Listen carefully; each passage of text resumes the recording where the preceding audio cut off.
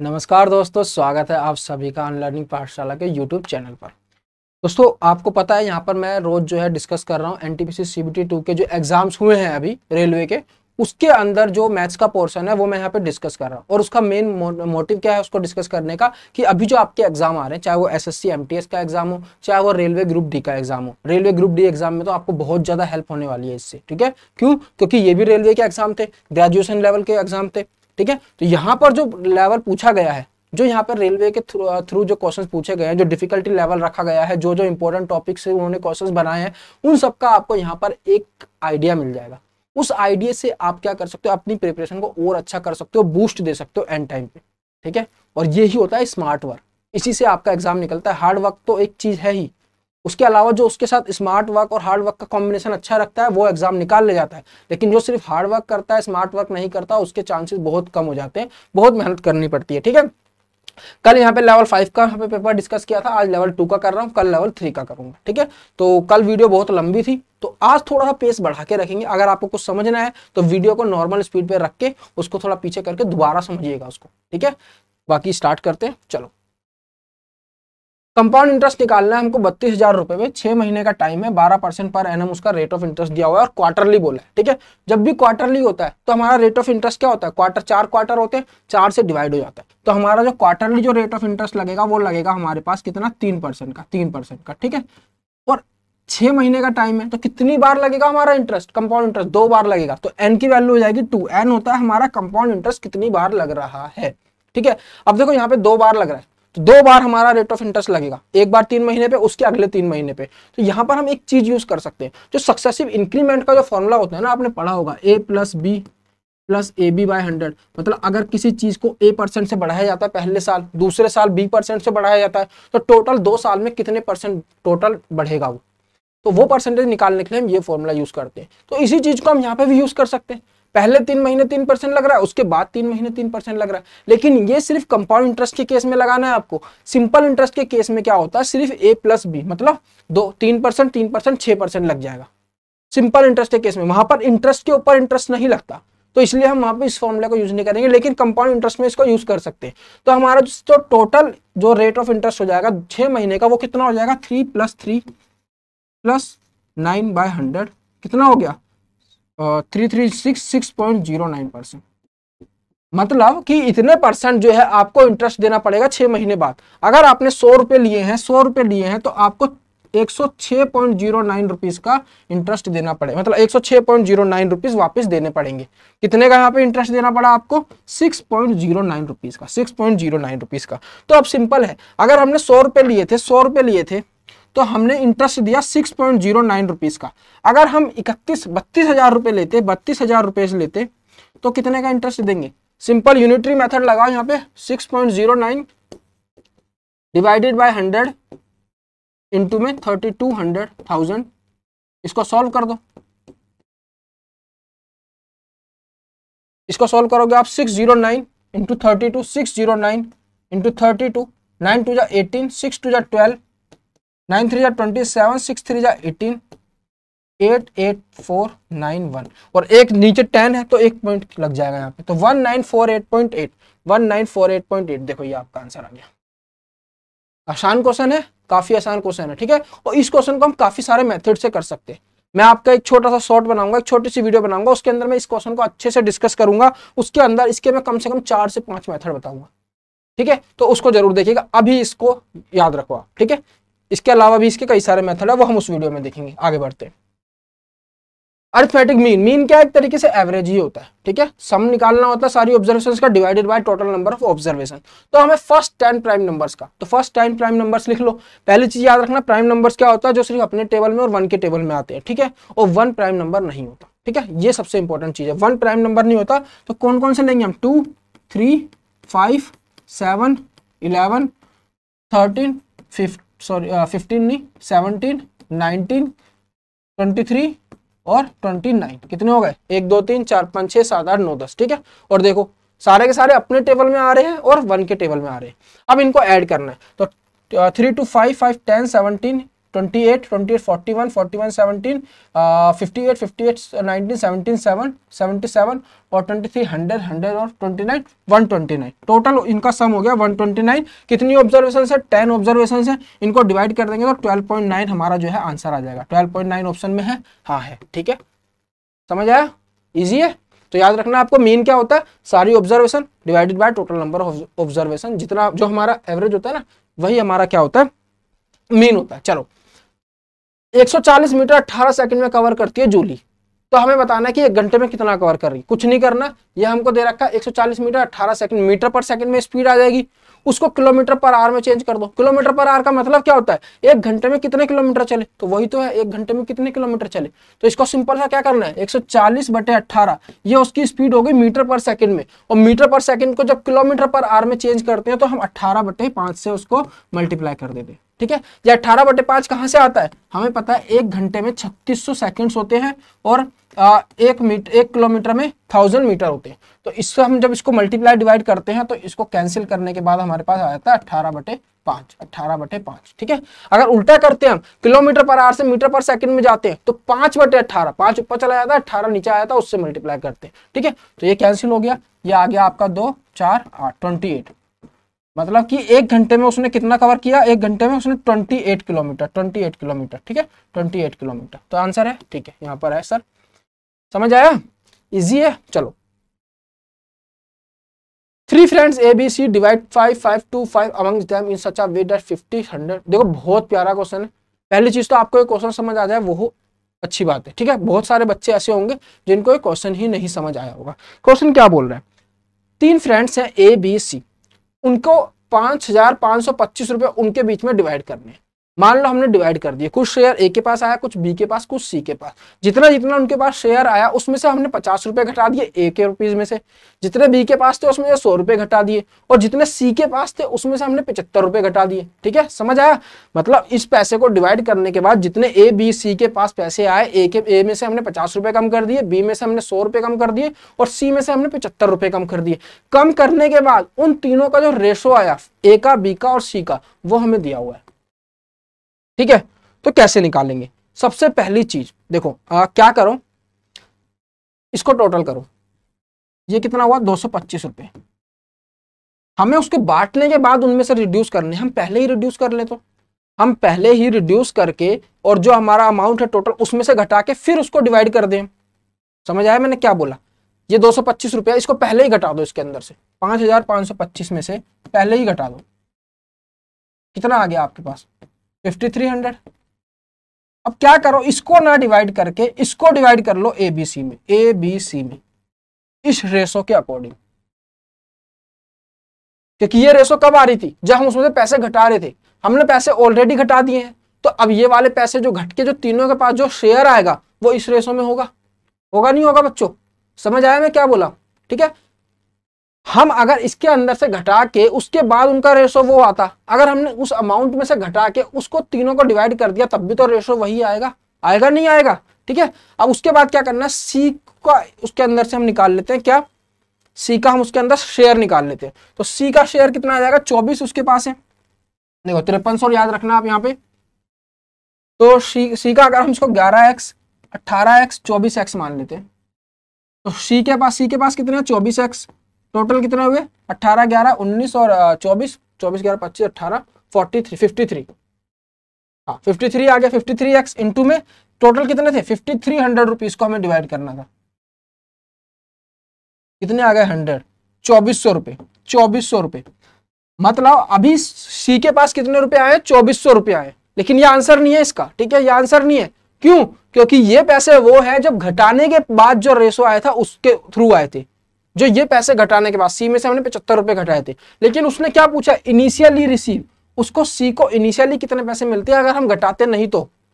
ठीक है, मतलब हम अगर इसी को डिवाइड कर देते, ये नहीं घटाते उसके पैसों में से, तीनों के में से, तो सी के पास कितने आते, तो कुछ नहीं। सी में से हमने कितने रुपए घटा रखे हैं 75 रुपए। ठीक है, तो इसके अंदर 75 रुपए ऐड कर दो 2400 के अंदर, 2500 प्लस 75 कितना हो गया आपके पास, ये हो गया आपके पास 2475। इजी है, अच्छा क्वेश्चन है ना, काफी बहुत बेहतरीन क्वेश्चन फ्रेम किया है। ठीक है, चलो ये इसका आंसर हो जाएगा। आगे बढ़ते हैं।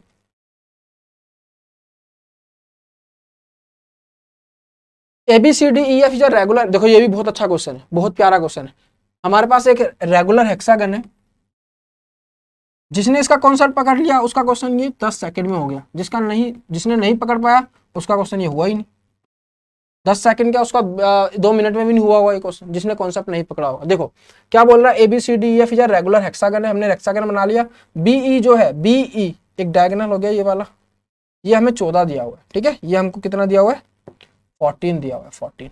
अब उसने बोला what is the perimeter of the hexagon. Perimeter क्या होगा, इसकी सारी साइड्स का सम, ये जितनी भी 6 साइड्स हैं ये सम। और हेक्सागन में तो 6 की 6 साइड्स बराबर होंगी, तो अगर हमें एक साइड पता चल जाए, एक्स मान लो कुछ भी एक साइड को, अगर हमें एक साइड पता चल जाए तो उसको 6 से मल्टीप्लाई कर देंगे हम, ठीक है। अब देखो यहाँ पर अगर ये एक डायगोनल इसका 14 है, अगर मैं दूसरा डायगोनल यहाँ पे ड्रॉ करूँ इस तरह से, ये भी 14 होगा नहीं होगा, 14 होगा नहीं होगा। और ये बीच में कहाँ पे बिल्कुल सेंटर पे कट कर रहे होंगे नहीं होंगे। और सिमेट्री को अगर हम इसकी पूरी देखते हुए चलें तो ये और ये तीनों बराबर नहीं हो जाएंगी। अगर हम इसकी सिमेट्री की बात करें तो ये वाली साइड और ये वाली साइड तीनों की तीनों इसकी बराबर होंगी, ठीक है। इस चीज को आप एंगल निकाल के भी इसको प्रूफ कर सकते हैं, देख सकते हैं। तो ये तीनों बराबर होंगी, तो ये अगर पूरी 14 थी तो ये 7 हो गई, ये भी 7 हो गई, और ये दोनों 7 है तो ये भी 7 हो गई। अगर एक 7 है तो 6 साइड कितनी हो गई, 6 × 7, 6 × 7, पेरीमीटर कितना हो गया, 42। आंसर है कहीं पर, हाँ सर है 42। सर ये तो काफी अच्छा क्वेश्चन था, बहुत अच्छा क्वेश्चन था बच्चों।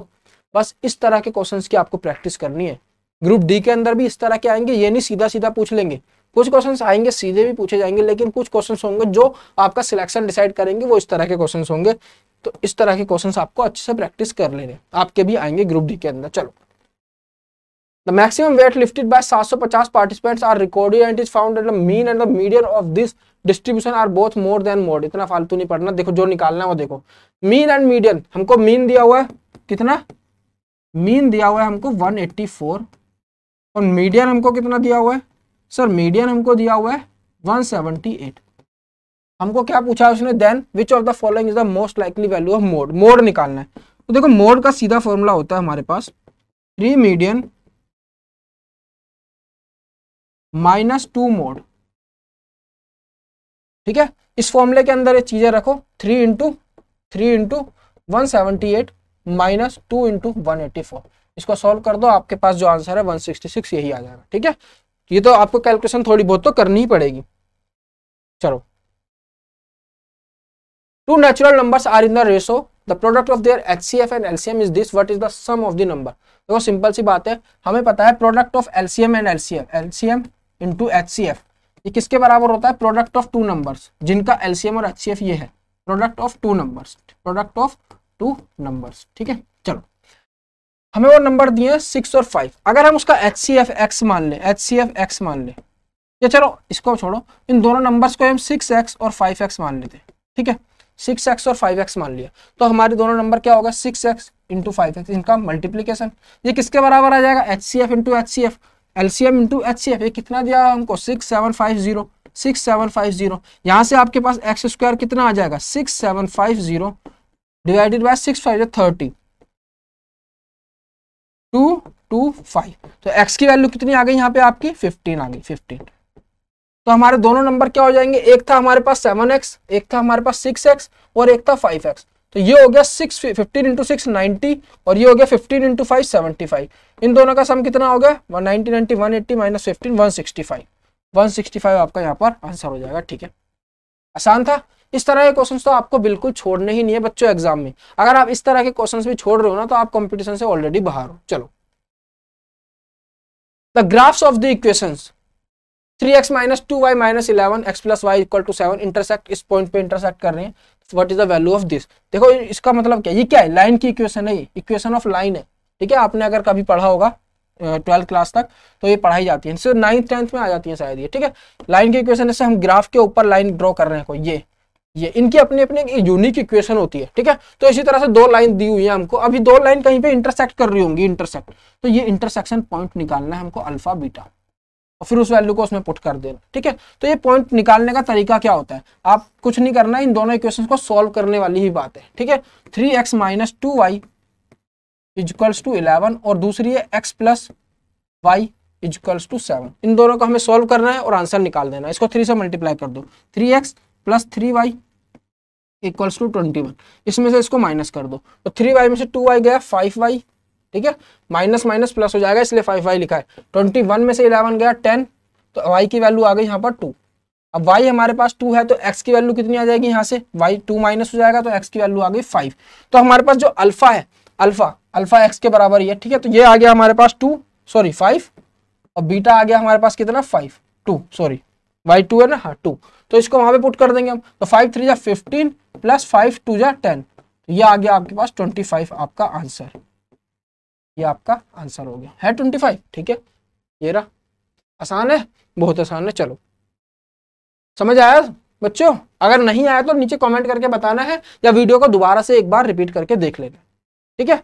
ऐसे ही पढ़ते रहो और प्रैक्टिस करते रहो। मैथ्स में जितनी प्रैक्टिस करोगे ना उतना अच्छा परफॉर्म करके आओगे। प्रैक्टिस की वजह से बहुत क्वेश्चंस गलत होते हैं अगर प्रैक्टिस अच्छी ना हो। A dealer sells an article for 123 after offering a discount of 18%। पहले क्वेश्चन को समझो, 18% का डिस्काउंट देने के बाद मार्क प्राइस के ऊपर, मार्क प्राइस समझते हो ना, जो दुकानदार होते हैं वो कॉस्ट प्राइस जितने भी सामान खरीदते हैं उसके ऊपर एक दूसरा नया प्राइस लगाते हैं, ठीक है, वो होता है मार्क प्राइस। अगर 100 रुपए की चीज खरीद के लाए तो वो 150 रुपए का उसके ऊपर मार्क प्राइस लिख के रखते हैं, फिर उस पर कुछ डिस्काउंट देते हैं, उसको 130 120 का बेच देते हैं, तो उनको 20-30 रुपए का प्रॉफिट हो जाता है, तो वो चीज होती है मार्क प्राइस, ठीक है। तो मार्क प्राइस के ऊपर 18% का उसने इंटरेस्ट, उसको डिस्काउंट दिया और 123 रुपए का उसने उसको बेच दिया, मतलब सेलिंग प्राइस 123 रुपए है, 18% उसको डिस्काउंट दिया है मार्क प्राइस के ऊपर।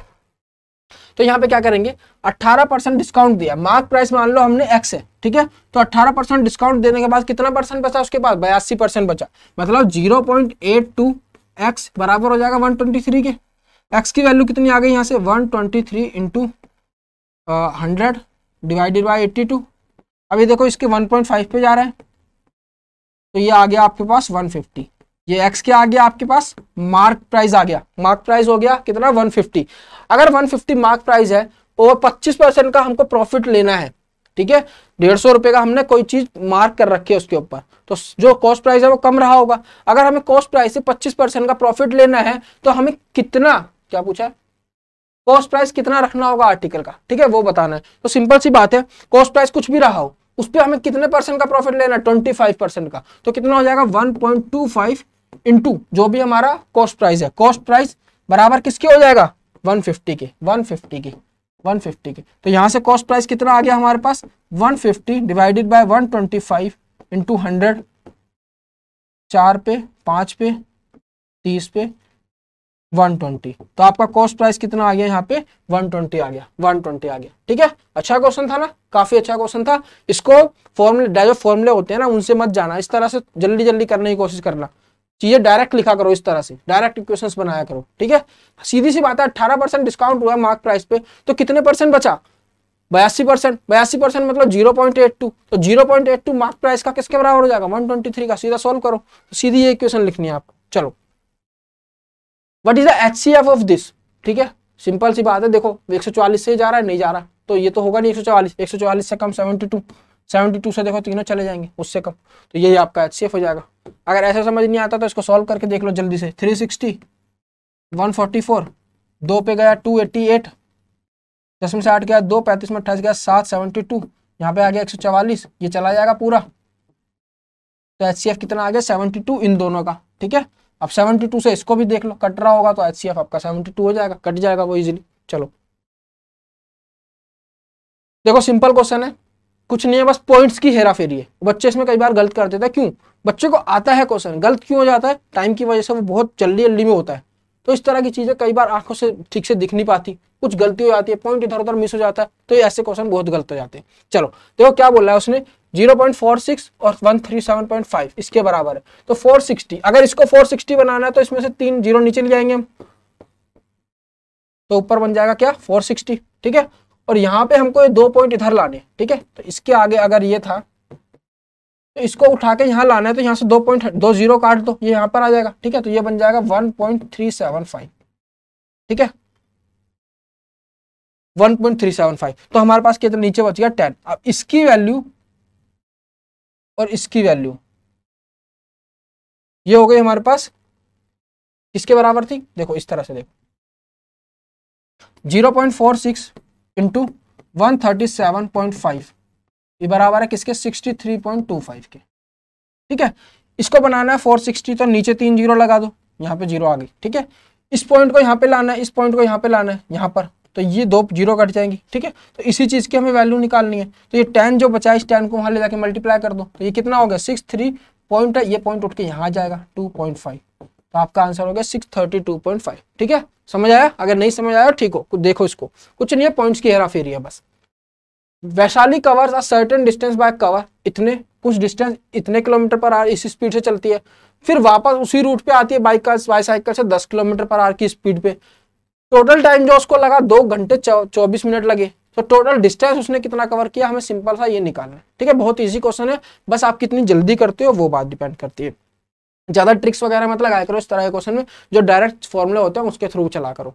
देखो क्या बोला उसने, कुछ डिस्टेंस मान लो डी है, उसने इसको कवर किया 50 की स्पीड से, वापस दोबारा यही डिस्टेंस कवर किया उसने 10 की स्पीड से, तो उसको कुछ टाइम लगा यहाँ पे कितना 2 घंटे 24 मिनट। 2 घंटे 24 मिनट का मतलब 2 घंटे 24 मिनट को अगर हम आवर्स में चेंज करते हैं तो 24/60, ये हो गया कितने पे 4 पे, और ये हो गया 10 पे, ये हो गया यहाँ पे, इसको और काट दो 2 5 5 दूनी 10, 12/5 12/5। ठीक है, ये चीज हो गई हमारे पास। हमें क्या निकालना है, डी निकालना है। 2 इक्वेशन है हमारे पास, डी डिवाइडेड बाय 50, डी इसको 5 से मल्टीप्लाई कर दो, 50 इक्वल्स टू 12/5, 5 से इसको कैंसिल करोगे तो 10 वहां पे मल्टीप्लाई हो जाएगा 120, ये हो गया 6D इक्वल्स टू 120, और डी की वैल्यू कितनी आ गई यहाँ से हमारे पास 20 किलोमीटर। 20 किलोमीटर जाने की हुई। उसने पूछा टोटल डिस्टेंस कवर किया है उसने कितना, जाने का 20 और आने का 20, 40 हो गया ना, 40। अच्छा क्वेश्चन है। चलो, if the 7 digit number is divisible by 11, one of the value of sum, ये क्वेश्चन तभी होगा, इसमें इस तरह के क्वेश्चन में कभी फालतू दिमाग नहीं लगाना। अगर आपको पता है कि डिविजिबिलिटी रूल क्या होता है 11 का, तो उसको सॉल्व करने की कोशिश करो, फालतू दिमाग मत लगाओ, इसका मतलब आप टाइम वेस्ट कर रहे हो। अगर आपको डिविजिबिलिटी रूल पता है तो 2 मिनट क्या 2 सेकंड का क्वेश्चन है, कुछ नहीं करना होता। डिविजिबिलिटी रूल जो होता है 11 का, वो कहता है कि जितनी भी इवन प्लेस पे डिजिट है उन सबको ऐड कर दो, और उसको बराबर रख दो जितनी भी ओड प्लेसेस पे डिजिट है उन सबको ऐड करके। ठीक है, क्या कहना चाह रहा हूं मैं, मान लो मैंने यहाँ पे लिखा, चलो इसी को देखते हैं, 504x5y3, जितनी भी इवन प्लेसेस पे ओड प्लेसेस पे डिजिट्स हैं, 5 4 दोबारा लिखते हैं यार, 504x5y3, जितनी भी ओड प्लेसेस पे डिजिट्स हैं उन सबको ऐड करो, 5 + 4 + 5 + 3, उसको बराबर रख दो जितनी भी ओड प्लेसेस पे डिजिट्स है, जितनी भी कहां पर डिजिट्स है, इवन प्लेसेस पे डिजिट्स हैं, इवन प्लेसेस पे, तो कितनी है 0 + x + y, तो यही हमको निकालना है। तो किसके बराबर आ गया, 5 5 10 4 14 3 17, 17 के बराबर आ गया। ठीक है, अगर आपको ये रूल पता है तो आप इसको 5 सेकंड में कर ले जाओगे। A tent is cylindrical in shape, tent is cylindrical up to a height 6 metre, एक टेंट है वो सिलेंड्रिकल है 6 मीटर की हाइट तक, और उसके ऊपर कॉनिकल है, उसके ऊपर कॉनिकल है। उसने बोला डायमीटर जो है बेस का, इसका बेस का डायमीटर जो है वो 90 है। ठीक है, अगर ये 90 है तो ये 90 है, तो इसका भी जो बेस का जो डायमीटर है वो 90 हो जाएगा कोन का, और इसकी हाइट जो है वो कितनी दी हुई है हमको, दी है 6 मीटर, और जो कोन की हाइट दी है वो हमको दी हुई है 28 मीटर। अब देखो सीधा उसने क्या बोला, एरिया पूछा है। अगर ऊपर टेंट है नीचे सिलेंडर है तो उसका एरिया क्या लेंगे हम, कर्व सरफेस एरिया लेंगे, क्योंकि बीच में तो टेंट लगा नहीं होगा उसको कवर करने के लिए, अंदर से तो पूरा खाली होता है वो। ठीक है, समझ आ रहा है, कर्व सरफेस एरिया लेंगे जो सिर्फ बाहर ऐसे करके। ठीक है, तो इसका कर्व सरफेस एरिया क्या होता है πRL, और इसका होता है 2πRH। ठीक है, होता है नहीं होता। अब यहाँ पर देखो R हमको पता है, अगर हमको डायमीटर 90 दिया हुआ है तो R कितना हो जाएगा हमारे पास 45। सिलेंडर की हाइट पता है हमको H 6, लेकिन इसकी जो ये साइड है L, इसको बोलते हैं L, ये नहीं पता हमें। ठीक है, तो इसको हम निकाल सकते हैं। L किसके बराबर होता है, देखो यहाँ पे ठीक से। ठीक है, इसको ये समझ आ गया ना डायग्राम, इसको मिटा देता हूं मैं। L किसके बराबर होता है हमारा, √h² + r²। ये h जो है कोन की हाइट है और r जो है कोन का ही रेडियस है। ठीक है, कोन की हाइट हमको कितनी दी हुई है, देखो 28, 28 स्क्वायर प्लस में रेडियस क्या है, रेडियस तो दोनों का बराबर होगा। अब दोनों का अगर डायमीटर 90 है तो दोनों का रेडियस कितना हो जाएगा 45 का स्क्वायर, 45 का स्क्वायर। इसको सॉल्व करना है, कुछ लोगों को थोड़ा सा कैलकुलेटिव लगेगा। यहाँ पर मैं थोड़े से आपको कॉन्सेप्ट्स बता देता हूँ, ठीक है, कैसे जल्दी से स्क्वायर निकाला करो। यहाँ पे देख लेना है क्या, देखो 28 का स्क्वायर, चलो इसको बताने में थोड़ा टाइम लगेगा, आप इसको सॉल्व कर लेना, अलग से क्लासेस लूंगा तब बताऊंगा। जब भी इसका हो ना, जिसके पीछे 5 आ रहा हो, कुछ नहीं करना, जब भी कुछ भी इस तरह का नंबर हो 5, 35, 25, 65, 95, 105, कुछ भी 5 5 या 25 लिखो और इसको इसके अगले नंबर से मल्टीप्लाई करके लिख दो 5। इसका अगला नंबर क्या है 5, 5 4 20, 2025। तो इसका तो हो गया 2025। इसका भी एक मेथड होता है, इसको 50 में से देखो कितना कम है 22, इसमें से 22 और घटा दो, कितना हो गया 6, उसका आधा करो 3 और 22 का स्क्वायर कर दो 3, 22 का स्क्वायर हुआ 484, तो 4 इस पे गया, ये हो गया 784, तो ये हो जाएगा 784। ये मैं आपको किसी दिन सेपरेट क्लास में बताऊंगा कि स्क्वायर कैसे निकालते हैं जल्दी से, ठीक है। अब इन दोनों को ऐड कर दो, ये कितना आ जाएगा आपके पास 2025 और 784, 9 0 कैरी 1 8, 2809, 2809। अब 2809 किसका होता है स्क्वायर, अंडर रूट किसका, ये इसको पता करने के लिए देखो ये किसके बीच में आ रहा है, 2500 का क्या होता है 50 और 3600 का होता है 60, ठीक है। तो 50 और 60 के बीच में कोई नंबर होगा जिसका इसका अंडर रूट होगा, ठीक है।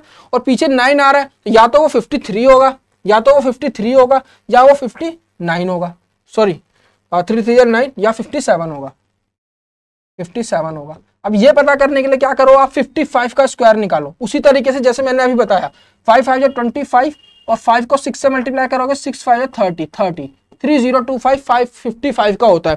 इससे ये कम है तो इसका आंसर ये हो जाएगा। अगर ये ज्यादा होता इससे तो 57 हो जाता, ठीक है। ये सारे कॉन्सेप्ट इसके साथ देख लो, यहाँ पे समझ आ रहा है। अगर नहीं आ रहा तो नीचे मुझसे कमेंट में पूछो, मैं इसके लिए एक सेपरेट क्लास ले लूंगा, स्क्वायर कैसे निकालना है, ये कैसे पता करना है। तो यहाँ पर 53 आ गया, एल कितना आ गया हमारे पास 53, भाई इतनी सी चीज याद रखनी है। एल कितना आ गया हमारे पास 53 आ गया, एल आ गया 53। अब आ जाते हैं अपने क्वेश्चन के ऊपर, पाई आर को यहाँ पे कॉमन लो, पाई आर को यहाँ पे कॉमन लो, अंदर बच गया एल प्लस 2h, 2h। ये सिलेंडर की बात है और ये कोन की बात है, याद रखना। आर कितना है हमारे पास, डायमीटर 90 था तो 45 हो गया, पाई इंटू 45, ठीक है। एल कितना है हमारे पास 53 प्लस में 2h, 2h, h कितना है हमारे पास, h कहाँ गया, h कहाँ गया, हाइट 6, 6 टू जा 12, 6 टू जा 12, ठीक है। तो ये कितना आ गया पाई इंटू 45 इंटू 65, ठीक है। इसको मल्टीप्लाई करना है, इसका भी देखो एक शॉर्टकट बताता हूँ यहाँ पे, इसको ऐसे मल्टीप्लाई करोगे टाइम लग जाएगा। यहाँ पे क्या फॉर्मूला लगाओ आप, simple a minus B A plus B, ये क्या है 55 माइनस 10 और 55 माइनस प्लस 10, यही है ना।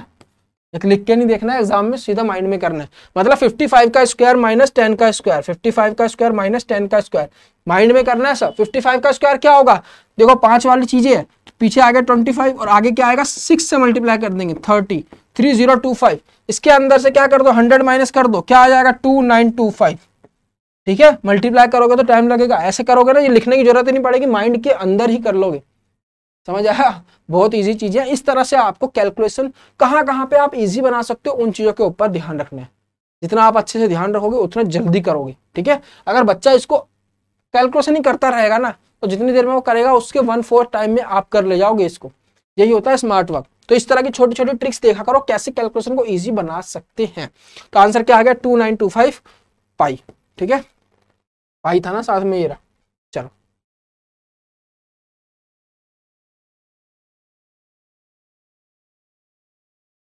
ABC is an equilateral triangle with side 12 cm, CD is the bisector which meets this is the midpoint, what is the length of B। देखो simple है, एक हमारे पास क्या है समझना, इक्विलेटरल ट्रायंगल है ABC। इक्विलेटरल ट्रायंगल के तीनों एंगल जो होते हैं 60 डिग्री होते हैं। CD का बाइसेक्टर मतलब एंगल C को अगर हम बाइसेक्ट करें, बाइसेक्ट मतलब इसको बराबर बराबर भागों में एंगल को बाइसेक्ट तोड़ दे, तो जहां पर ये लाइन मीट करेगी ये पॉइंट है D। अब इन दोनों का जो मिडल पॉइंट है E, इससे अगर B को मिला दे हम, तो इस BE की लेंथ बतानी है हमको, ठीक है। इस BE की हमको लेंथ बतानी है, ये बताना है हमको। ये कर लोगे, देखो इजी है, कुछ नहीं है। अगर हमारे पास एक इक्विलेटरल ट्रायंगल है AAA, तो अगर हमें ये साइड निकालनी होती है, ये कैसे निकलती है, ये हमारे पास आती है √3a/2, √3a/2, √3a/2 कैसे निकालते हैं? देखो इस वाले ट्रायंगल को ले लो, ये a है और ये कितनी हो जाएगी हाफ a/2। पाइथागोरस थ्योरम निकाल के ये निकाल सकते हो, निकालोगे तो ये आएगी आपके पास √3a/2। ठीक है, कुछ ये यहाँ पर a आएगा √3a/2, √3a/2। ठीक है, अब ये लेंथ आ गई, उसका हाफ लेना है हमको, उसका हाफ लेना है, तो इसका हाफ कितना आ जाएगा? यहाँ पर देखो ये कितना है हमको, हमारे पास 12 है, ये भी 12 है, ये भी 12 है, तो इसकी लेंथ कितनी आ गई हमारे पास? √3 × 12 / 2, इसकी लेंथ होगी पूरी इस फॉर्मूले से। इसको काटेंगे हम तो ये कितना आ गया? 6√3, 6√3 आ गया। तो ये लेंथ अगर 6√3 है तो ये हाफ लेंथ कितनी हो जाएगी इसकी? ये हाफ लेंथ ही तो आएगी 6√3, नहीं 3√3 आ जाएगी, 3√3। टोटल 6√3 है तो ये हाफ लेंथ होगी 3√3। अब ये जो है ना, ये भी इसको 90 डिग्री पे ही कट कर रहा होगा। ठीक है, क्योंकि यहाँ पे पूरी सिमेट्री चल रही है इक्विलेटरल ट्रायंगल की। इसको ठीक से बनाओगे ना तो खुद समझोगे। देखो ये भी इसको 90 डिग्री पे कट कर रहा है, ये भी इसको 90 डिग्री पे कट करेगा। तो इस वाले ट्रायंगल के अगर अंदर अंदर आ जाते हैं हम इस तरह से, ये 90 डिग्री है, ये हमको दिया हुआ 3√3, ये हमको दिया हुआ है 12, ये निकाल सकते हैं पाइथागोरस से। 12 का स्क्वायर 144 माइनस 3 3 9 9 3 27, 27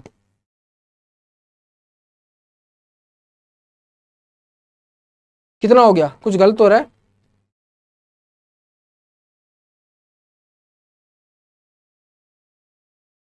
12 सेंटीमीटर है, 6√3 उसका आधा हो गया 3√3, 3√3 और ये हमारे पास कितनी होगी? 12, 12 और 3√3, इसमें से इसको माइनस करेंगे हम, 3 3 9 3 27, तो ये कितना हो गया हमारे पास? 27 माइनस करेंगे तो इसमें से 10 3 17, 117 अंडर रूट में। कुछ गड़बड़ हो रही है बच्चों इसके अंदर?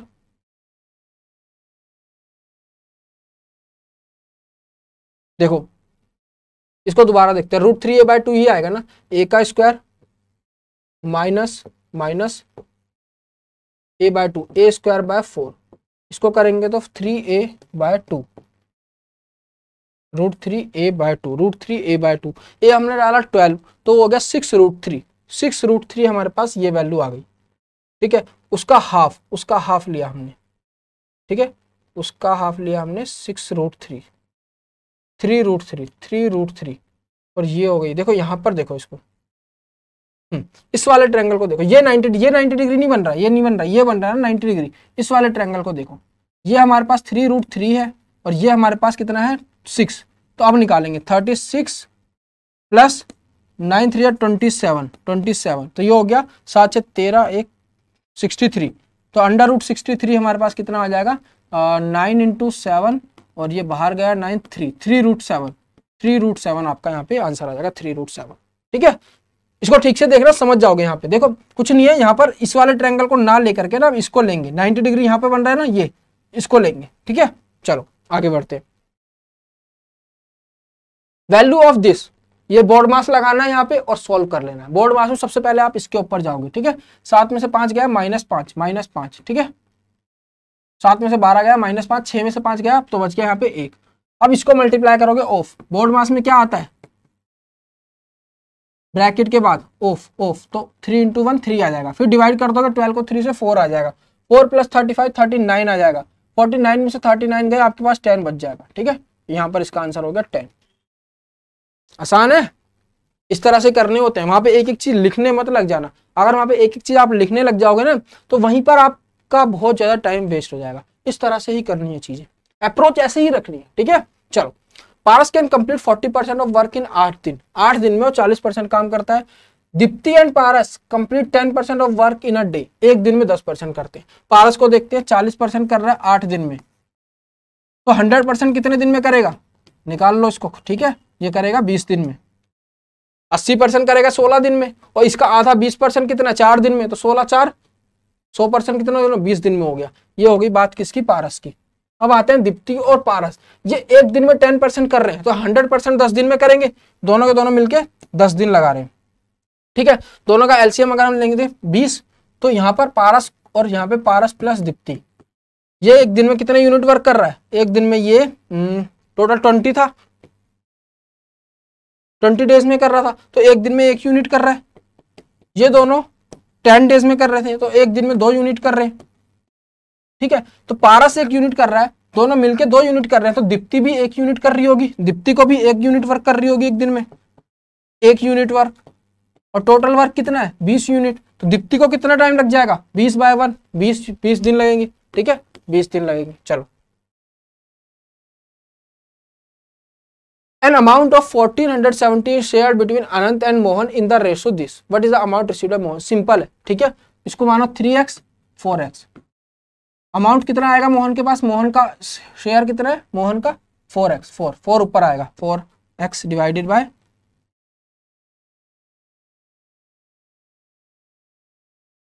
हाँ ठीक है 4x divided by 7x into में 1470, ये कैंसिल 210 और ये हो गया 840, तो आपका आंसर आ जाएगा 840। ठीक है, ये किसका शेयर आ गया, मोहन का। चलो, समझ आ रहा है ना, ऐसे ही करना है सर। चलो, diameter of base of a right circular cone is 20 centimetre and slant height this, what is the curve surface area of. कुछ नहीं है, फॉर्मूला पता है, फॉर्मूला लगाओ आंसर आ जाएगा। ठीक है, क्या पूछा है, curve surface area of right circular cone, curve surface area pi R L. इसके अंदर से देखो हमारे पास क्या क्या है, आर है, आर डायमीटर दिया हुआ है तो आर है 10, एल है नहीं है देखो 10.5 स्लैंट हाइट, एल ही तो दिया हुआ है 10.5, मल्टीप्लाई करो आंसर आ जाएगा सीधा सीधा 22/7 लेना है, तो 22/7 इंटू 10 105/10 कर लो इसको। ठीक है, ये गया 1 पे 3 5 पे, ये गया 3 पे, ये गया 2 पे, ये गया 5 पे, 5 ये 15 और 22, ये 220 और 110 330 आंसर आ गया आपका। ठीक है, ये कैलकुलेशन थी, मैंने जल्दी जल्दी कर दी, आपको भी इस तरह से करनी है। पैरेललोग्राम दिया हुआ है, perpendicular distance between these two sides, ये परपेंडिकुलर डिस्टेंस दिया हुआ है,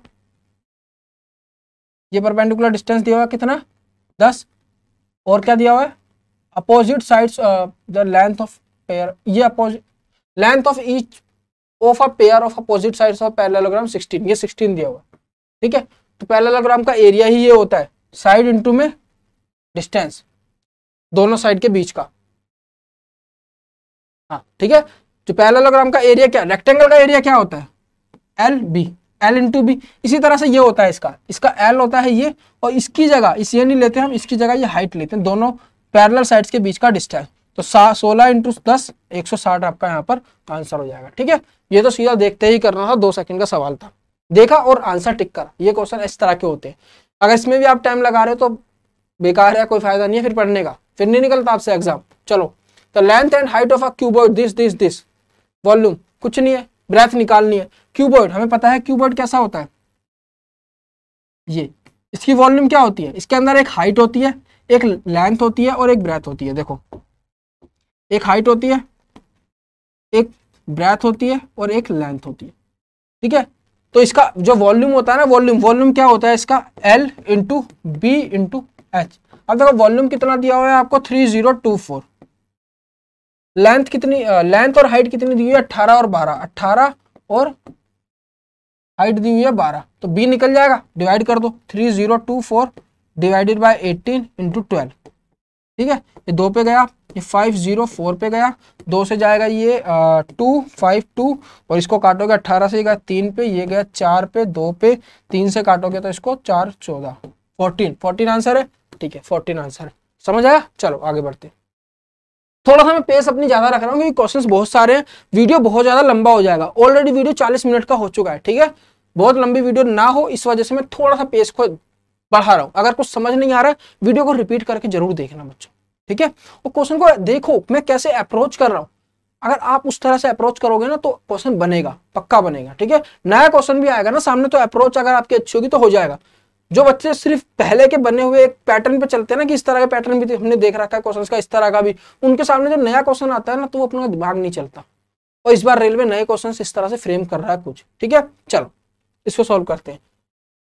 कुछ नहीं है, इसके अंदर कैलकुलेशन है, जितनी ज्यादा कैलकुलेशन आप जल्दी कर पाओगे उतना जल्दी ये क्वेश्चन हो जाए। इसको देखते हैं, 12 इंटू 11 120, 12 132 143 143/12 इंटू में 13 और 3 16/13 16/13 डिवाइडेड बाय 4 2 8 11/4। पहले इसी को सॉल्व कर लेते हैं, ठीक है। तो ये कटेगा 130, 10 11 पे कटा, और ये गया 3 पे, ये गया 4 पे, ठीक है। तो और इसको अगर मैं उल्टा करके लिख दूं 11 × 4/3, ये डिवाइड हो रहा है तो मल्टीप्लाई में 4/11 हो जाएगा। तो 11 कटा, 4 चौक 16/3, 16/3। तो यहाँ से हमारे पास आ गया इस ब्रैकेट का आंसर 16/3, ठीक है। चलो इसको देखते हैं। 7/10 डिवाइडेड बाय 3/4 इंटू में 5 और 2 7/5, 7/5। 7/10 इसको उल्टा लिख देंगे 20/21। ये गया 3 पे, ये गया 2 पे, तो यहां से आ गया 2/3, ये हो गया 2/3, इसकी जगह आ गया 2/3, ठीक है। नीचे आ जाते हैं डिनोमिनेटर में। 1/4 इंटू 2/3 इंटू 5 दूनी 10, तो 12/5। ये गया 3 पे, 3 से कैंसिल हो गया, ये हो गया 2/5, तो यहां से आ गया 2/5। बस अब कुछ नहीं करना, इनको सोल्व कर देंगे। 2/5 तो हमारे पास हो गया 16/3 डिवाइडेड बाय 2/3 डिवाइडेड बाय 2/5, ठीक है। तो ये मल्टीप्लाई होगा तो रिवर्स हो जाएगा, तो 16/3 इंटू में 3/2, ये कैंसिल, ये 8, तो ऊपर हो गया 8 और नीचे आ गया कितना 2/5। तो ये ऊपर जाके मल्टीप्लाई होगा 8 इंटू 5/2, ये गया 4 पे, 5 चौक 20। तो आपका आंसर होना चाहिए 20। 20 है ऑप्शन में, देखो 20 है, ठीक है। ये क्वेश्चन ये है कि आपका बहुत ज्यादा टाइम वेस्ट करेंगे, तो इसको एक बार में नहीं, इस तरह से ब्रैकेट सॉल्व करके थोड़ा इजी बनाना है आपको। पहले ये ब्रैकेट सॉल्व करा, फिर ये करा, फिर इसको करा, फिर कंबाइन किया, ठीक है। तो इस तरह में के क्वेश्चंस की अप्रोच ज्यादा मैटर करती है। क्वेश्चन तो सभी कर लेंगे, अगर आपके पास टाइम है तो इसको 10वीं क्लास का बच्चा भी बना लेगा, लेकिन अप्रोच मैटर करती है, आप इसको कितने कम से कम समय में कर पाते हो। जितने कम समय में आप करोगे उतना आपको बेनिफिट है, उतना आप टाइम बचाओगे, एग्जाम में दूसरे बच्चों से आगे निकल पाओगे। If an observation 70 is remove from the data in the median, अगर आपको नहीं पता ना मीडियन क्या होता है, क्वेश्चन को छोड़ के आगे निकल जाना। कई बच्चे हैं ऐसे जिनको नहीं पता होता, फिर भी उसके ऊपर लगे रहते हैं, क्या पता हो जाए हो जाए। अरे भाई कैसे हो जाएगा, जब आपको उसका मेन जो कॉन्सेप्ट है बेसिक ही नहीं पता तो नहीं होगा वो क्वेश्चन। तो अगर आपको पता है मीडियन क्या होता है तो अटेंड करो, अगर नहीं पता मीडियन क्या होता है उसी पॉइंट पे बिल्कुल एग्जाम उसको क्वेश्चन को स्किप कर दो, ठीक है। चलो मीडियन क्या होता है, बीच की संख्या, ठीक है। एक तरीके से मान लो 3 है, 1 2 3, 3 नंबर है तो इनका मीडियन होगा 2। अगर 4 नंबर है, एक तो कुछ भी नंबर ले लो 1 2 3 लोगे तो आपको लगेगा कि इसी तरह होते होंगे 2 4 9 और कुछ भी ले लो 12 ले लो। इसका मीडियन क्या होगा n प्लस, देखो n/2, सॉरी इसका मीडियन होगा बीच की दो संख्या होती है उनका एवरेज, ठीक है। तो हम कैसे निकालते हैं, n+1/2 डिजिट लेते हैं और उसके अगली डिजिट लेते हैं। n+1 मतलब नहीं n/2 डिजिट लेते हैं पहले, ठीक है। n 4 डिजिट है तो हम दूसरी लेंगे और एक लेते हैं n+1/2 और इन दोनों को एवरेज निकाल देते हैं, ठीक है। तो मतलब कि n/2 मतलब 4/2 दूसरी डिजिट और n+1/2, ये भी गलत हो गया यहाँ पे, n/2+1। देखो दोबारा देखते हैं, पहली होती है n/2, दूसरी होती है n/2+1। इन दोनों को 2 से डिवाइड कर दो, ये होती है आपकी मीडियन। अगर इवन नंबर ऑफ डिजिट्स है, ओड नंबर ऑफ डिजिट है तो बीच वाली डिजिट हो जाती है, ठीक है। तो इसके अंदर n/2 मतलब 4/2 दूसरी डिजिट और n/2+1 2 + 3 तीसरी डिजिट, इन दोनों को ऐड करो 13/2 6.5, ये आपका मीडियन हो जाएगा। अब आ जाते हैं अपने क्वेश्चन के ऊपर। यहाँ पे क्या है, देखो कितने डिजिट है, 1 2 3 4 5 6 7 8, इवन नंबर ऑफ डिजिट्स है तो हमें क्या लेना है, n/2 डिजिट लेनी है, जो किस कौन सी डिजिट होगी, 4th डिजिट, 8 है ना, हाँ n की वैल्यू 8 है तो 4th डिजिट हो गई। और n/2+1 लेना है तो 4+1 5th डिजिट लेनी है, तो 4th डिजिट और 5th डिजिट लेनी है, 1 2 3 4 और 5th 5। 72 लेना है और 74 लेना है, इनकी एवरेज निकाल देनी है, तो ये एवरेज आ जाएगी 73। तो मीडियन क्या आ गया इसका 73। अब उसने क्या बोला है, अगर हम 70 रिमूव कर दें इसके अंदर से तो जो मीडियन आएगा वो कितना इंक्रीज हो गया, ठीक है 73 से। अब देखो अभी तो इवन था तो हमने मीडियन ऐसे निकाला, अगर हमने 70 को रिमूव कर दिया कितनी बची digits, 1 2 3 4 5 6 7, odd number of digits बच गई। ओड के अंदर मीडियन क्या होता है, बिल्कुल मिडल वाली डिजिट। तो मिडल डिजिट क्या है, 3 इधर से छोड़ो 3 इधर से छोड़ो, 74 है, 74 तो यही मीडियन हो जाएगा। तो पहले 73 था, अब हो गया 74, तो कितने से इंक्रीज कर गया, मीडियन इज इंक्रीज हुआ है 1 से इंक्रीज कर गया, तो देखो आंसर यहाँ पे 1 हो गया।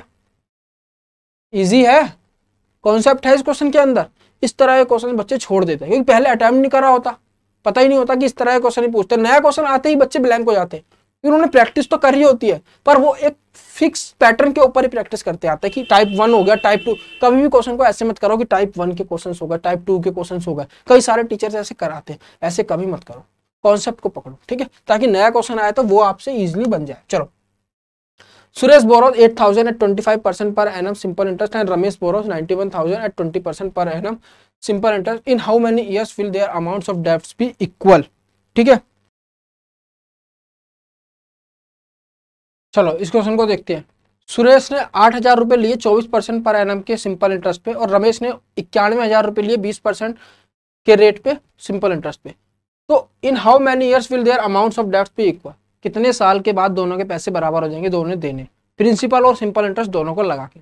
देखो इसका मैं एक तो तरीका बताऊंगा जैसे हम नॉर्मली चलेंगे, एक बताऊंगा बहुत ही बेहतरीन तरीका, ठीक है, बहुत तो मतलब आसान भी है, कैलकुलेशन भी कम है, और एक आसान भी, और एक आपको कॉन्सेप्ट भी पता चलेगा किस तरह से हम सोच सकते हैं चीजों को। चलो पहले देखते हैं इजी।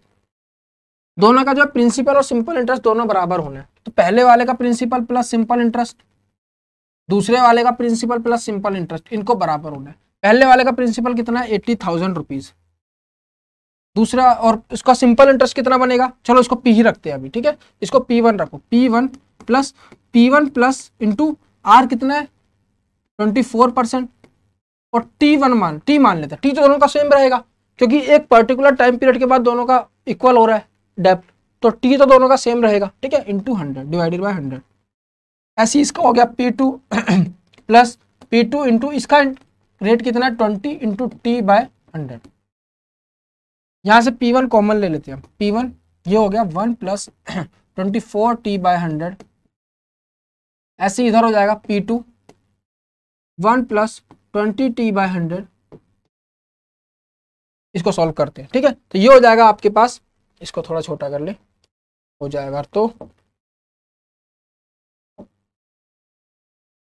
ये तो नहीं हो रहा,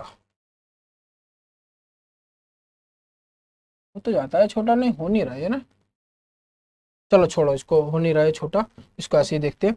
इसको सॉल्व करना है हमें, तो ये हो जाएगा P1 डिवाइडेड बाय P2, और इधर हो जाएगा हमारे पास 1 प्लस 20 टी, इसको कैंसिल कर दो, 100 को मल्टीप्लाई कर लो और 100 को कैंसिल कर दो, 100 plus 20 T divided by 100 plus 24 T, ठीक है, ये सॉल्व करना है, इसको बाकी को डिलीट कर देता हूँ मैं भी, स्पेस थोड़ी कम पड़ जाती है, ठीक है। इसको करेंगे तो हम, अब देखो P1 P2 की वैल्यू डाल दो, P1 है 80,000, 91,000, तो ये बच गया 80/91, और इधर क्या है हमारे पास 100 प्लस 20 टी, और इधर क्या है हमारे पास 100 प्लस 24 टी। इसको क्रॉस मल्टीप्लाई करो, 8,000 इक्वल टू 8,000 इंटू में क्या कर रहा हूं मैं, देखो ये कितना है 91, अब 8,000 प्लस में 24 इंटू 80 टी,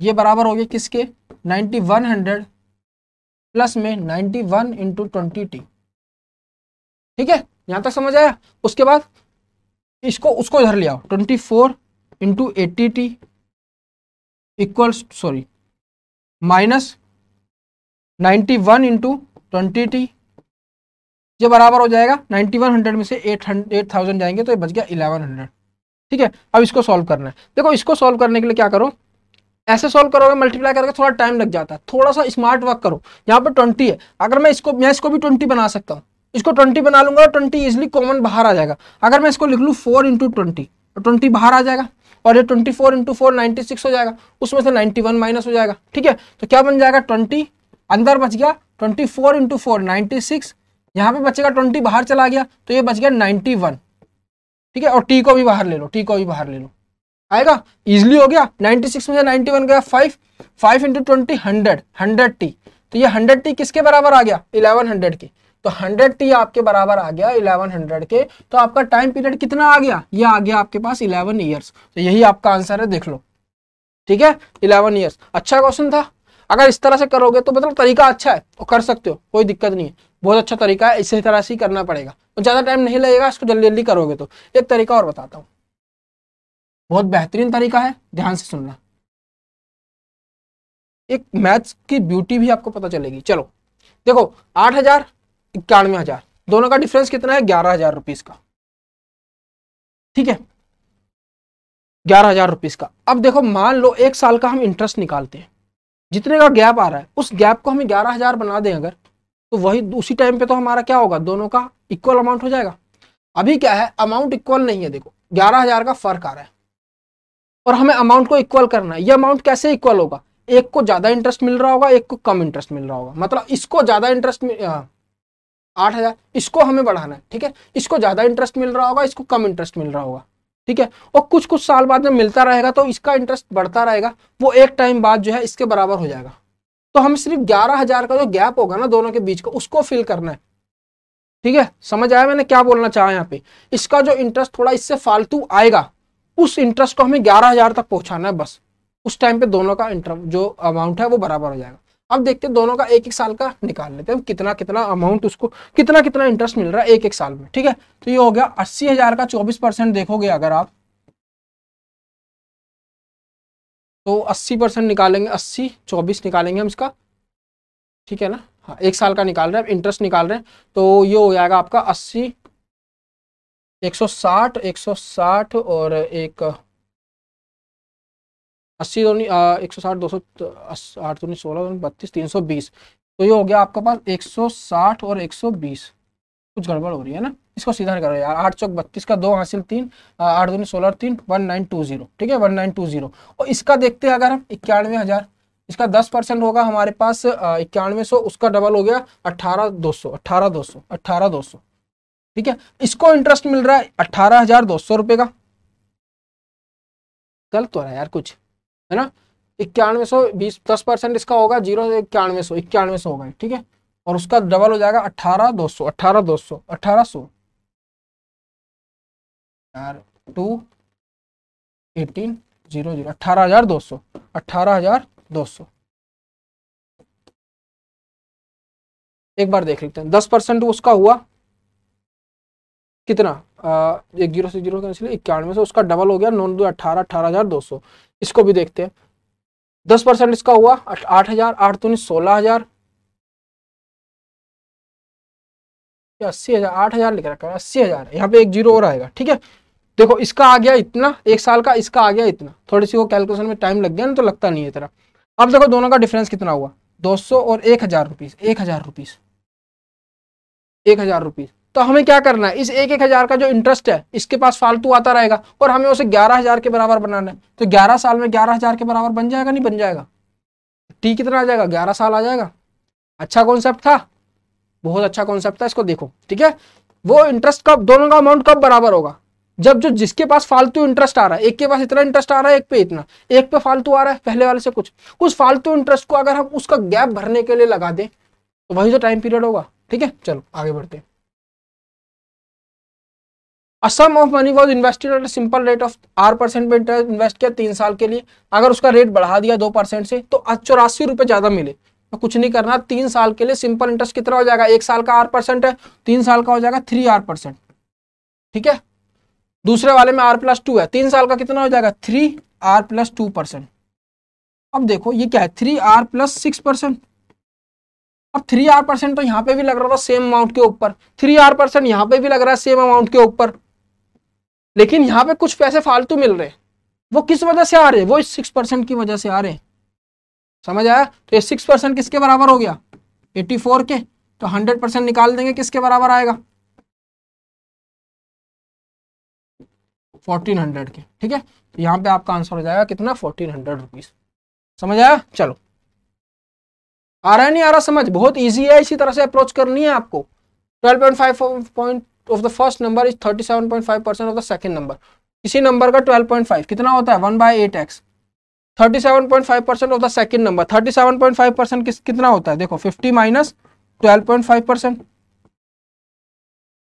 ये होता है 1/2 और ये होता है कितना 1/8, तो ये आ जाएगा 8 - 2 6/16 3/8 3/8, ठीक है दूसरा नंबर का 3/8। तो पहले नंबर में से अगर हम 3/8 x y घटाते हैं y दूसरा नंबर, ये बराबर है बराबर, ठीक है यहां से हमारे पास क्या आ गया x बराबर 3y। दूसरा देखते हैं, second number is subtracted from the first, first में से सेकंड नंबर को सब्ट्रैक्ट करेंगे, वी गेट एन आंसर 1428, ये बराबर है 1428 के। तो हमें बताना है दोनों के दोनों नंबर का सम क्या होगा। एक्स की वैल्यू यहाँ पे 3y डालो माइनस वाई, 2y किसके बराबर आ गया 1428 के, 1428 के। y की वैल्यू कितनी आ गई यहाँ से 714, इस वैल्यू को यहाँ पे पुट कर दो, 714 इंटू 3, 714 इंटू 3, 2 कैरी 1 4 21, एक आ गई x की वैल्यू 2142 और y की वैल्यू 740, दोनों का सम कितना आ जाएगा 6582। आंसर है कहीं पे 2856, देखो ये रहा आंसर। इजी है, समझ आ रहा है? हाँ सर समझ आ रहा है, आएगा क्यों नहीं बेटा, मेहनत कर रहा हूँ यहाँ पर तो और अच्छे से समझाने की कोशिश कर रहा हूँ, ठीक है। उसको जितना इजी बना सकता हूँ उतना इजी बना रहा हूँ, किस तरह से अप्रोच करनी है वो बता रहा हूँ, सबसे इंपॉर्टेंट, ठीक है। अप्रोच पता होगी आपको किस तरह से क्वेश्चंस को अप्रोच किया जाता है, तो आप कोई भी नया क्वेश्चन बना पाओगे, और सबसे बड़ा बेनिफिट है आपका ये इस टाइम रेलवे के पेपर में, क्योंकि रेलवे नए क्वेश्चन बहुत फ्रेम कर रहा है। चलो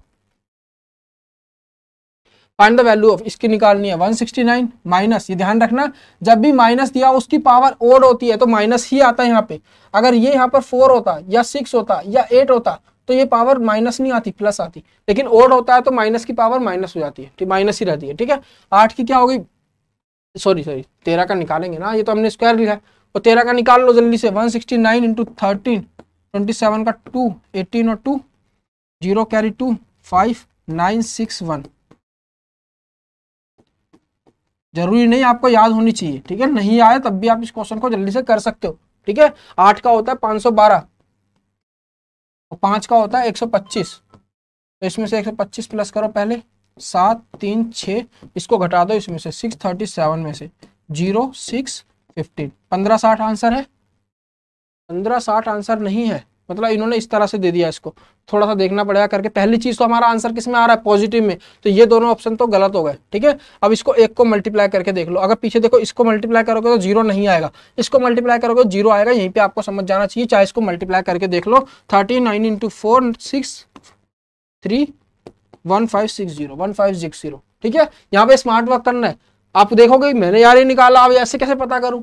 सबसे पहले चीज -2 में आ रहा है, इनको हटाओ।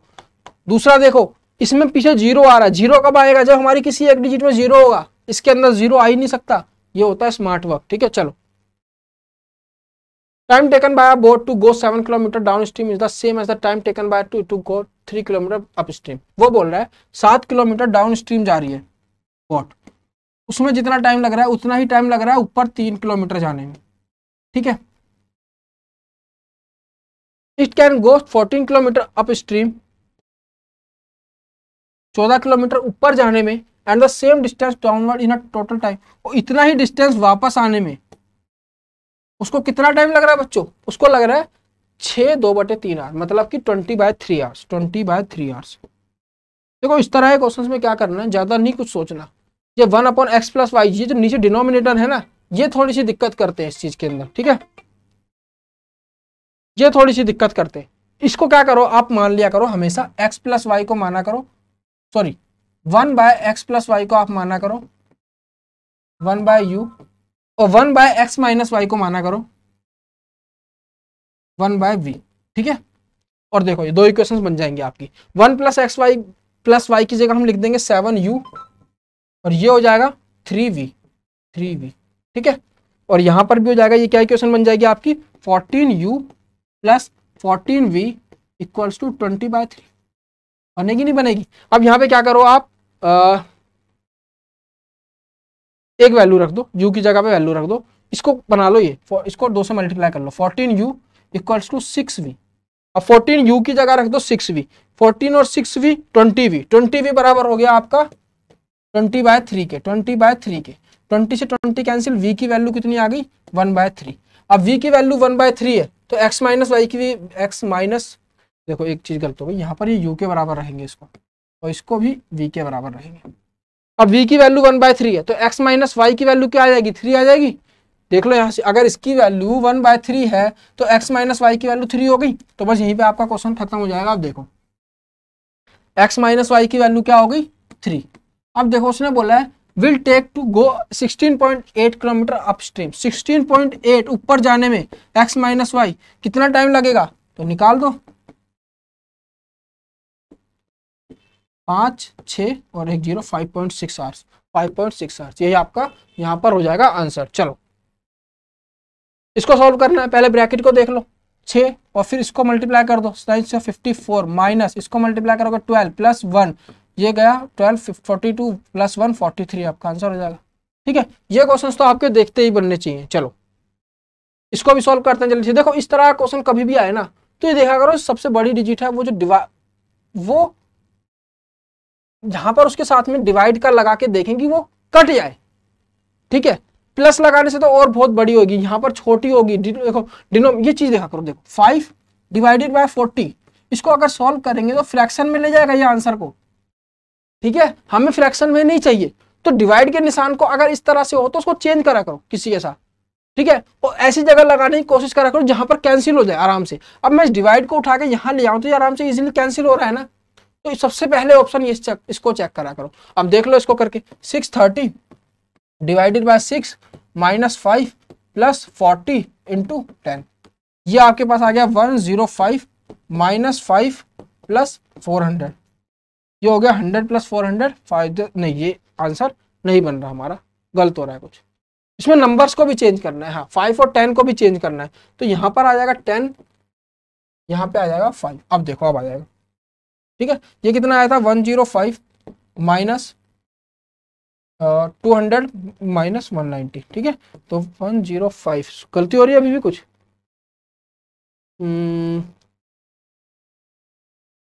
प्लस माइनस 5 और 10 को भी हमने चेंज कर दिया, 5 और 10 को भी हमने चेंज कर दिया, 10 5 मल्टीप्लाई। ठीक है, प्लस माइनस। ठीक है, अब इसको अगर हम करते हैं तो यहाँ पे प्लस आएगा ना यार, 190 और 105 290 295 आ गया ना। ठीक है, चलो कितने क्वेश्चंस बचे हैं हमारे, देखिए एक बार 32 1 2 3 4 5 6 क्वेश्चन है अभी हमारे पास, काफी क्वेश्चंस बचे हैं भाई। चलो जल्दी करते हैं थोड़ा सा, क्योंकि ऑलरेडी 1 घंटे से ऊपर क्लास हमारी हो चुकी है। Initial profit percent on the sale of this is the cost price of the item went by, तो कुछ नहीं है, प्रॉफिट परसेंटेज इनिशियल दी हुई है 74। मान लो हमारा जो कॉस्ट प्राइस था 100 था, अगर 74% का हमको प्रॉफिट हो रहा तो हमने उसको कितने का बेचा होगा, 174 रुपीज का बेचा होगा। ये सीपी हो गया, सेलिंग प्राइस हो गया। अब उसने बोला है जो उसका कॉस्ट प्राइस है उसको 50% बढ़ा दिया, हमारा कॉस्ट प्राइस क्या है 100, इसको 50% बढ़ा दोगे तो कितना हो जाएगा 150, लेकिन सेलिंग प्राइस जो है वो सेम है, सेलिंग प्राइस हमारा 174 ही है। तो इस केस में बोल रहा है प्रॉफिट परसेंटेज अब कितना होगा, तो कुछ नहीं है, देखो कितने का प्रॉफिट हुआ 24 रुपए का, सेल कॉस्ट प्राइस कितना है हमारा 150 इंटू 100, 2 पे 3 पे 3 से गया 8 पे 8 दूनी 16%, 16% का प्रॉफिट हमको अभी भी हो रहा है। ठीक है, 16% का प्रॉफिट। चलो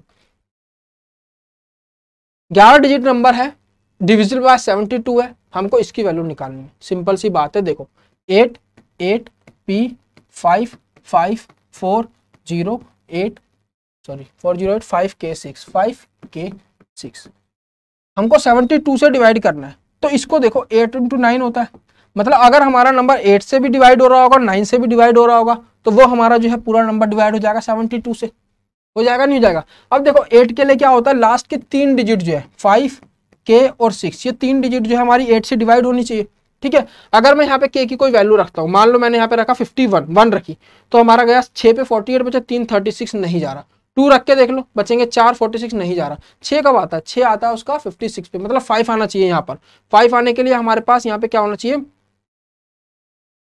अगर हम 6 रखते हैं तो 56 48 बचा 8 86 नहीं जा रहा। अगर हम यहाँ पे 4 रखते हैं, हमें क्या बचाना है, यहाँ पे 56 लाना है हमें, मतलब यहाँ पे हमारा 5 बचना चाहिए, 5 बचना चाहिए। उसके लिए हम यहाँ पे क्या रखें, तो उसके लिए हम 48 53 3 रखते हैं। ठीक है, के की वैल्यू अगर हम 3 रखें 53 5 36, तो ये गया 5 6 पे गया 5, तो के की वैल्यू आ गई यहाँ पे 3, के की वैल्यू आ गई यहाँ पर 3, देख लो। ठीक है, बचेगा 5 56 आपका आ जाता है उस पर 7 पर, के की वैल्यू होगी 3। अब देखते हैं 9 से, 9 के लिए क्या होता है, इसको मान लो 3, 9 के लिए सारे डिजिट्स का सम जो है आपका क्या होना चाहिए, 9 से डिवाइड होना चाहिए, 9 से डिवाइड होना चाहिए, सारे डिजिट का सम कर लेते हैं, तो 9 वाली चीजों को पहले हटा ही देते हैं। ठीक है, कुछ ऐसा है 6 और 3 9 बन रहे हट गए, और 5 4 9 बन रहे हट गए।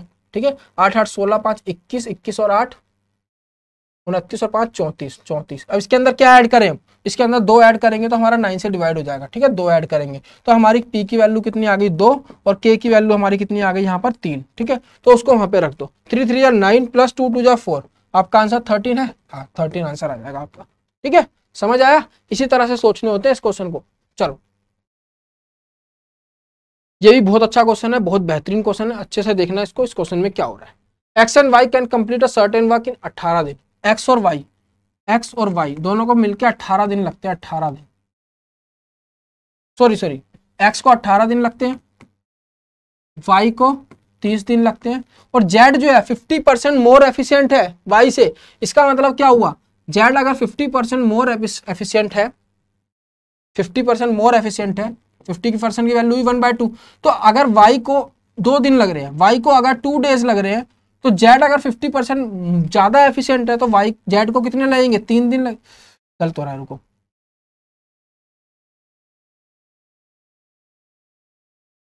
हाँ तो डेज नहीं, एफिशिएंसी की बात हो रही है। अगर वाई की एफिशिएंसी 2 है तो जेड की एफिशिएंसी 3 हो जाएगी, अगर उससे 50% ज्यादा है। तो जो एफिशिएंसी का जो एफिशिएंसी की अगर हम बात करें तो वाई बाय जेड की एफिशिएंसी कितनी होगी, 2/3। और टाइम पीरियड जो होता है इसका उल्टा होता है, तो जो वाई बाय जेड का जो टाइम पीरियड होगा वो हो जाएगा 3/2। मतलब अगर वाई को 3 दिन लग रहे हैं किसी काम करने में, तो जेड को कितने लगेंगे, 2 दिन लगेंगे, ठीक है। लेकिन वाई को कितने दिन लग रहे हैं, 30 दिन लग रहे हैं, तो इसके हिसाब से जेड को कितने लगेंगे, सिर्फ 20 दिन लगेंगे काम करने में। तो ये तीनों के हमारे पास एफिशिएंसी आ गई, उनका पता चल गया कितने कितने दिन में ये काम खत्म कर रहे हैं। बस ये हो गया तो आपका क्वेश्चन सॉल्व हो गया।